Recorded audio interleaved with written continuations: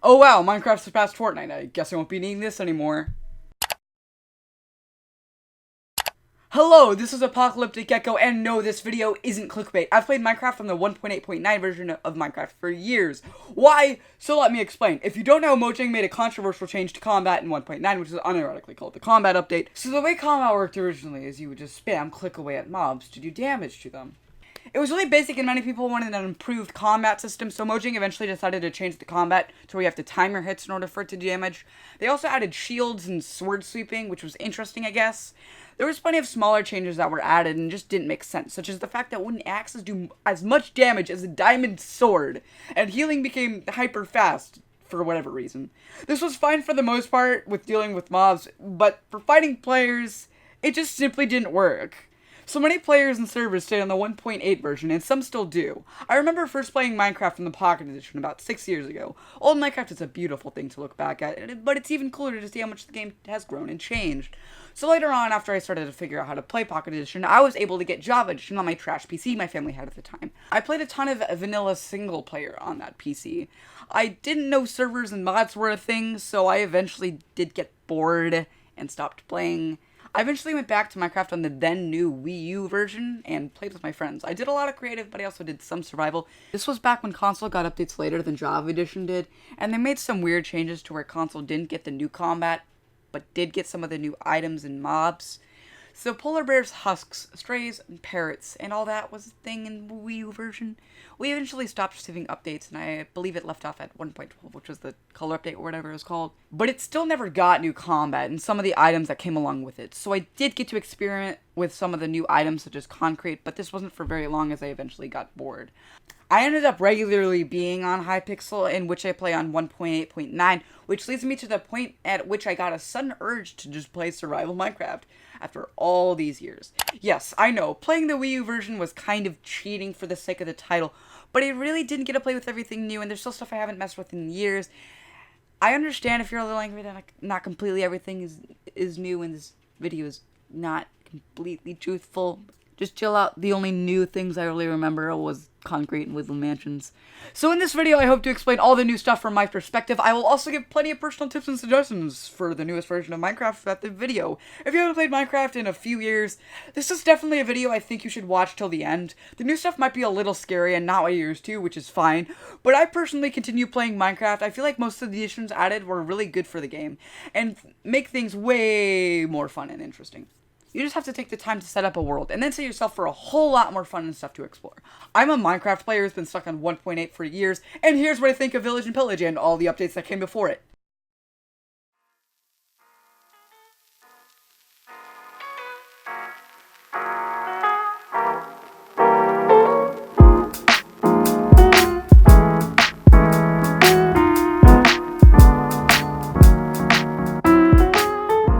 I haven't even had a survival world in like 2 years, so starting a new one up on Java again was very interesting and super nostalgic.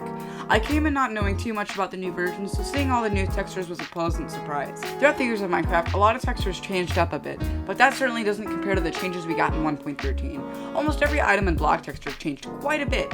Tree leaves look cool, and they changed that absolutely terrible gravel texture. I do feel like they did a really good job with almost all the textures, especially with some of the mineral block textures. This just looks cool. I really like it. The game looks a lot nicer while still maintaining that old Minecraft feel, and that's not very easy to do, and I give Mojang my appreciation for being able to pull that off.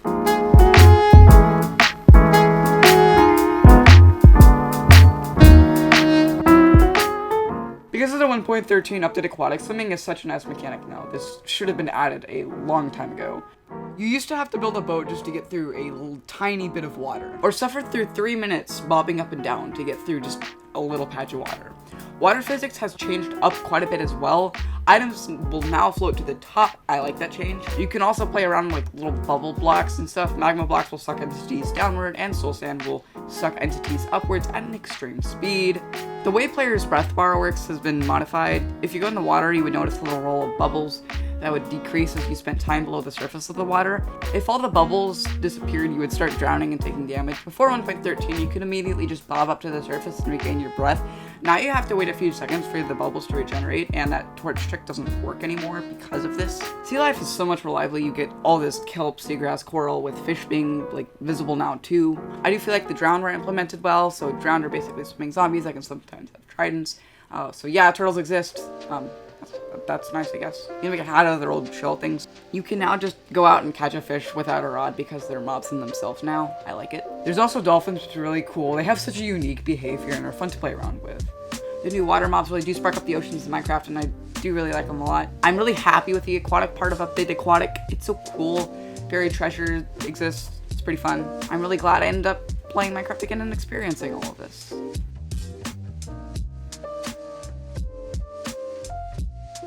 The new dual wielding mechanic seems like a long time needed addition. With this addition, you can now have your pickaxe and torches out at the same time, which is a lot better than swapping through your inventory. The new feature lets the player easily do two things at once, which is game changing. It works really well with Optifine lighting thing if you have like the torch in your offhand, so make sure to try it out if you haven't already. Okay, the other stuff. Polar bears are a thing. I don't really care them about that much. All they drop is fish. Foxes, parrots, and llamas were all fairly recent tameable mobs that were added in the game between 1.10 and 1.14. I don't really feel like there's necessarily too much to talk about here since they're just a nice little addition to the game. I find that foxes can fit items in their mouth is pretty cool. Parrots dance to music and llamas can carry chests around. It's nice that all these mobs are unique in their different ways. I haven't entirely got to play with all of these that much, but I do hope to do so more in the future. It seems like pandas were an addition that were talked amongst the developers of Minecraft for years, and now they're finally in the base game. Once again, I didn't get too much of a chance to play with these guys yet, but the little that I've seen and the much I've read, Mojang implemented these guys quite well. They spawn in the also new edition Bamboo Forests, which has bamboo in it. Who would have guessed? Pandas are generated with several different types of personalities that affect their behaviors. These characteristics include normal, aggressive, lazy, playful, weak, worried, and round. These also affect their appearance as well.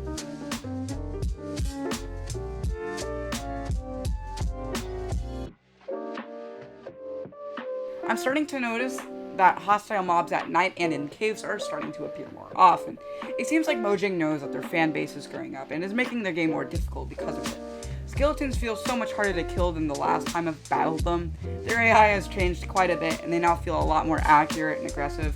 The change is most likely due to the fact that shields can quickly and easily block arrows. My personal suggestion for killing them is to just bow them from afar. Skeletons will only see and attack the player within 16 blocks away, so it's pretty easy just to bow them from a little bit further away. If you don't have a good bow and there's a lot of skeletons around, you can just get close enough for one to start spamming and coming towards you, so you can lure each of them in one at a time and take them out with your sword. It's not efficient, but it's safe, especially if you don't have that great of armor.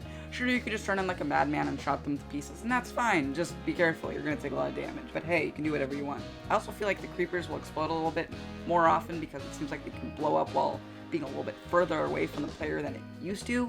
Another quick thing I just want to say, Endermen haven't changed too much. They're just a little bit harder to kill because you can't spam with their swords anymore. They also spawn in the nether. To block up, a shelter trick works as always. Just build a few blocks above your head, go provoke an Enderman, and just stand under there. The Enderman can't get in because it's only 2 blocks tall, so you just chop away at its legs. However, because of the new 1.9 combat, you're going to have to time your hits extremely carefully.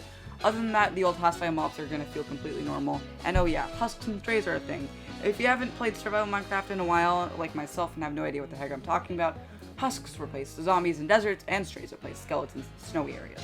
They're basically the same mob from their counterparts, but husks inflict hunger upon contact, and strays shoot tipped arrows of slowness. Oh yeah, which just makes sense now. That's I don't know where to throw that in. As part of community votings, the Phantom made its way into part of the game. Phantoms are super unique to almost every other mob in the game. They're the only hostile mob in the overworld that can fly. The way they spawn depends on whether or not the player has slept recently or not. They're also undead, and like zombies and skeletons, will take reverse effects from regeneration, health, and harming potions. They sometimes drop a phantom membrane, which can be used to craft a potion of slow falling. I can actually see the potion being useful in the end in the nether. They have as much health as a player and deal 3 hearts of damage on normal mode. They're fairly strong, but it's easy to kill in small amounts. But if you're starting to get 3 or more phantoms spawning on you, then I suggest you go to sleep. I overall really like the way phantoms were implemented in the game. That's pretty much all I have to say about these guys.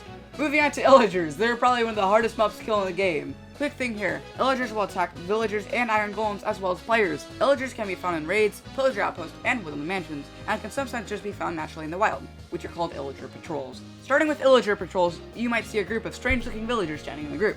These guys are called Illagers. Illagers are villager-like mobs that will attack players as soon as they see them. Illagers consist of Vindicators, Pillagers, Evokers, and Ravengers. Starting with the Vindicators, these guys almost seem like normal villagers, but if you get too close, they pull out an axe and start chopping away, not like villagers at all. They do massive amounts of damage, 5 hearts on normal mode. They also have slightly more health than the player at 12 hearts. Whenever you're in a raid or at Woodland Mansion, do not take on more than one of them with your sword. You're gonna die so quickly if you do that. It's best to take them out with a bow or a crossbow from afar. You can block one of their attacks with a shield, but because they are using an axe as a weapon, your shield will be disabled for 5 seconds. These guys are already pretty tough on their own, but when combined with other Illagers, things start to get real tough. Pillagers are a mob that were added in the Village and Pillage update. Remember, Vindicators along with Evokers were added in the 1.10 Exploration update. Pillagers look similar to Vindicators, but are holding a new crossbow. Hold on, we'll talk about that later. Okay, so Pillagers aren't as near as strong on their own, but combined with other Illagers, these guys can add to the chaos. They act like stronger skeletons, and like Vindicators, they have 12 hearts, where skeletons have 10. They also inflict 2 hearts of damage among hit, whereas skeletons' damage can vary. On Java and Legacy console, damage points taken will be a random from 1 to 4 in normal difficulty, and on Bedrock it depends on how far the player is from the skeleton. Damage points as in every half heart, you know what I'm saying. I do think the Pillagers can be tougher if they come in numbers. They fire a lot slower than skeletons though, so I do see them being a little bit easy to kill if there's just one of them.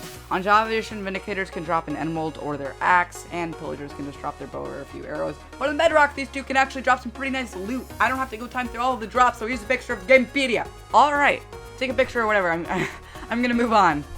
So Ravagers are bull-like things that have so much health and deal so much damage. They have 100 health points or 50 hearts and deal a whopping 9 hearts of damage on their dash attack, and it deals a ton of knockback. They also have a roar attack that does 3 hearts of damage, so these guys just aren't messing around. There's also a 50% chance of a Ravager not taking any knockback whatsoever, and when they do, they don't take much. I guess it's like fighting a player with 300 ping or something, I don't know.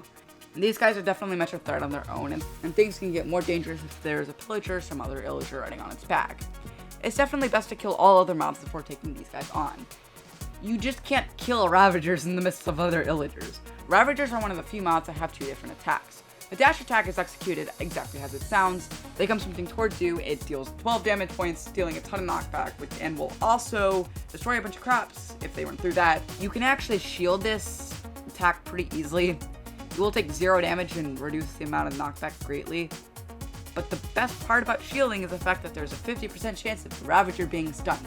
If this happens, the Ravager will not be able to move for 2 seconds. It's not actually a lot. No. However, it will initiate a roar attack and do a bit of damage and knockback. The further away an entity is, the less damage and knockback will be taken until they are out of range. And the Ravager will make another attempt at a dash, and the process continues. So in short, Ravagers are pretty dang hard to kill. But if you do kill them, they drop a saddle? I guess that's nice. The Evoker is the final Illager on the list. Unlike the other humanoid Illagers, these guys have 12 hearts as well. The Evoker has 2 different attacks. Their first attack summons a bunch of spiky teeth from the ground and will do 6 damage points if the player is caught by the fangs. The second attack will summon 3 Vexes, and the Vexes have a little bit less health than a spider at 7 hearts or 14 health points. Vexes will just fly towards the player and deal damage among impact. These guys' swords are sharp and will deal 9 damage points or 4.5 hearts of damage on normal difficulty. The Evoker itself is actually quite easy to kill. They don't do any melee damage and his 2 attacks are quite slow in the executing process. But if you let him live for too long, that's when he becomes dangerous and Vex could overwhelm you. These guys are super rewarding unlike the other Illagers on Java, and on both versions they will drop a Totem of Undying. As the name sounds, this item will save you from dying. There's not much to say here. So now that I have gone over each of the Illagers, let's talk about where to find them. So first, there are Illager patrols. You might just see some Illagers off in the overworld. That's an Illager patrol. Illagers found in Illager patrols are just a few Vindicators and Pillagers. They're not all that deadly, but when you kill a captain, which is the Illager with the banner on its back, you will get the bad omen effect. So at that point, whenever you are walking into a functioning village, a raid will happen. Now raids are much harder to survive than an Illager patrol. Raids start out in waves, and as waves continue, it gets much harder to fight off the different Illagers. Here's a chart of knowing the expected amounts of Illagers in different waves. Okay, next we have is the Pillager Outpost. The Pillager Outpost consists of a watchtower, a caged iron golem, a few tents, and tons of pillagers. It's not super deadly, but there is a lot of pillagers that come out of these places, so... There's sometimes a chest that can spawn some decent loot and a ton of experience you can get by killing the Illagers. Unlike the Illager patrols, if you kill the captain, you will get a bad omen effect. The outposts aren't too hard to claim, so if you have okay gear, I do suggest going in and trying to get some of that loot. The final area where Illagers can spawn is the Woodland Mansions. Unlike the other locations, this was not added in Village and Pillage. Woodland Mansions were first added into the 1.10 exploration update, as I kind of briefly talked about earlier. This is actually one of the best places for loot in the game, however it is extremely hard to find your way around, and with the threat of Vindicators and Evokers that spawn here, it's easier said than done. One of the mansions only spawn in Dark Oak Forest, so it's pretty difficult to find one. The mansion is extremely dark as well, so other overworld mobs such as zombies and spiders can spawn here as well. There are several chests that contain some good loot scattered throughout the mansion, so make sure to look around thoroughly. Each and every Woodland Mansion is generated differently, so there's no best way of knowing a looting route. So make sure to break plenty of walls to make sure that you don't miss any rooms that could sometimes have chests. A block of diamond can actually spawn in 2 different secret rooms. I'm pretty sure only one of these rooms can spawn in, but I think always one will. So first, there's a room with a giant clump of obsidian. If you mine through it, you'll find yourself a diamond block. The second possible diamond secret room is a room that has a tank of lava. In the center of that lava, you'll find a diamond block. There's also a few different wool rooms that contain a bunch of wool if you're into that. So Woodland Mansions are extremely valuable structures, and it's good to know what's inside. Seeing as I already seem to be segueing onto the new generated structures, let's talk about the igloo. The igloos spawn in snowy biomes. They are made of snow and ice and contain a cozy little bed, a crafting table, and a furnace inside. But wait, if you break a carpet in a certain area, you'll find a ladder going down into a secret basement. In this basement contains a zombie villager, a chest, a cauldron, and a brewing stand. The chest will always contain a golden apple along with other fairly common items. And the brewing stand there is a splash potion of weakness. That's all the items you need to kill the zombie villager. And now you can have 2 different villagers to trade with. It's important to note that a geared zombie villager will give you discounted trades, so I suggest you do that. Next, structure. Shipwrecks. Shipwrecks can be found in the ocean or along a beach. They contain chests filled with good loot. Okay, I've gone in detail about the Illagers, but now I'm going to talk about the villagers. Villages were reworked as part of Village and Pillage. Villages are in different biomes, will look much different from each other. And all the houses look slightly different now. There are also more than just blacksmith chests now. There seem to be chests everywhere, in fact. The chests, depending on what house it's in, will contain different loot. There are plenty of new different types of houses that are each home to a different villager profession. There are now cats that wander upon the streets, and the way baby villagers and golems spawn is different. Raids and zombie sieges encourage the player to protect the village, and sometimes an entire zombie village can spawn and replace the regular one. There's a 2% chance of that happening. The villager AI has drastically improved. They're better at avoiding danger and occasionally all gather up in the heart of the village, where there is a bell. The villagers' look is much different from each other compared to job and by biome the village is in. There are 15 total professions, including unemployed and nitwit, and 7 different biomes a village can spawn in. Because of this, there are 105 unique looking villagers. This is just so cool and a great improvement of the village system. You can also employ a villager by placing down something that would represent his profession, such as a lectern or a cartography table. Wandering traders have been added into 1.14. They have different trades and can just find their way over to your house. They're pretty cool. There's still much for me to explore, but I haven't quite gotten there yet. And we really don't have that much time either. Sorry if you feel like I'm speeding things up now. Now that I've gotten to the bulk of the new stuff added in these updates, I'm going to talk about some of the little stuff. Blast furnaces and smokers are cool and are almost a must-have when smelting large stacks of items now. Blast furnaces can smelt ore twice as fast, and smokers can smelt meat twice as fast. There are 14 different types of stairs and 14 types of slabs that were added to Village and Pillage alone. Some of the blocks that can now be turned into stairs or slabs include all the different pockets, which are andesite, granite, and all that, and their polished versions as well, mossy cobblestone, smooth sandstone, and of course others. There are also 12 new walls added, which include pockets and prismarine and others. There are also barrels, which are storage compartments like chests, but they don't need one free block above them to be opened. There are also cartography tables, which can be used to modify maps. a loom, which can create banner designs, and fletching and blacksmith tables, which don't do anything and are only decorations in villages. Although I do believe there will be functional later at a later update. The ability to combine damaged tools in your crafting table no longer works, and there's now a separate utility that can do this, which is called a grindstone. A grindstone can be take off enchantments as well as repair tools. I see this feature being useful because you can take off an enchantment such as like Bane of Arthropods 1 or something, and putting it in the grindstone, and then you have a free book to use wherever you want. You also get a tiny bit of experience from doing so it's pretty nice. If you played Pocket Edition back in the day, you would remember a block called a stone cutter. Instead of crafting stone or stairs or slabs or whatever, you would put it in a stone cutter. This feature was eventually removed to serve as a crafting table's job to be in line with the other editions. A similar utility block was added into Village and Pillage, also called a stone cutter. It works a bit differently from the old PE version, but it's the same idea. With the new stone cutter, you can put one piece of cobblin to get a few stairs or a few slabs, rather than putting many on a crafting table. However, the ability to craft stone stairs and stuff is still there. If it were up to me, I would remove this to make the stone cutter more essential. Composters are used to create bone meal from unwanted farming ingredients. Crossbows are a new weapon. Let's talk about it. Crossbows might seem inferior to the regular bow, but that's because you have no idea how to use it yet. They are, though. But they're not that bad. Instead of charging up a regular bow and releasing it to kill your enemies, the crossbow requires you to load an arrow into it. Once the arrow is loaded, it can quickly fire at a mob to potentially deal more damage than the bow would. Bow damage depends on how long you charge, and at max, it can deal a total of 9 damage. But there is a chance of landing a critical to do 10 damage points upon a critical hit. The crossbow damage, on the other hand, is completely random. Damage will vary between 6 and 11. Now remember, the crossbow will almost fire instantly when loaded, so you could pull it out and take a quick shot at something and then finish quickly off with your sword. There are also unique enchantments that come along with it as well. The piercing enchantment allows arrows to penetrate mobs and can hit multiple mobs with one arrow. The multi-shot enchantment will allow for the bow to shoot multiple arrows at once. A player can't combine piercing and multi-shot with each other, and let's be honest, what are the 5 mobs going to be lined up perfectly for you to hit all of them with one shot? Not often. Multi-shot is a better enchantment in my opinion. Quick Charge is the crossbow's final unique enchantment. It decreases the time it takes to load up an arrow. At level 3, this enchantment makes a noticeable difference in charging compared to not having this enchantment at all.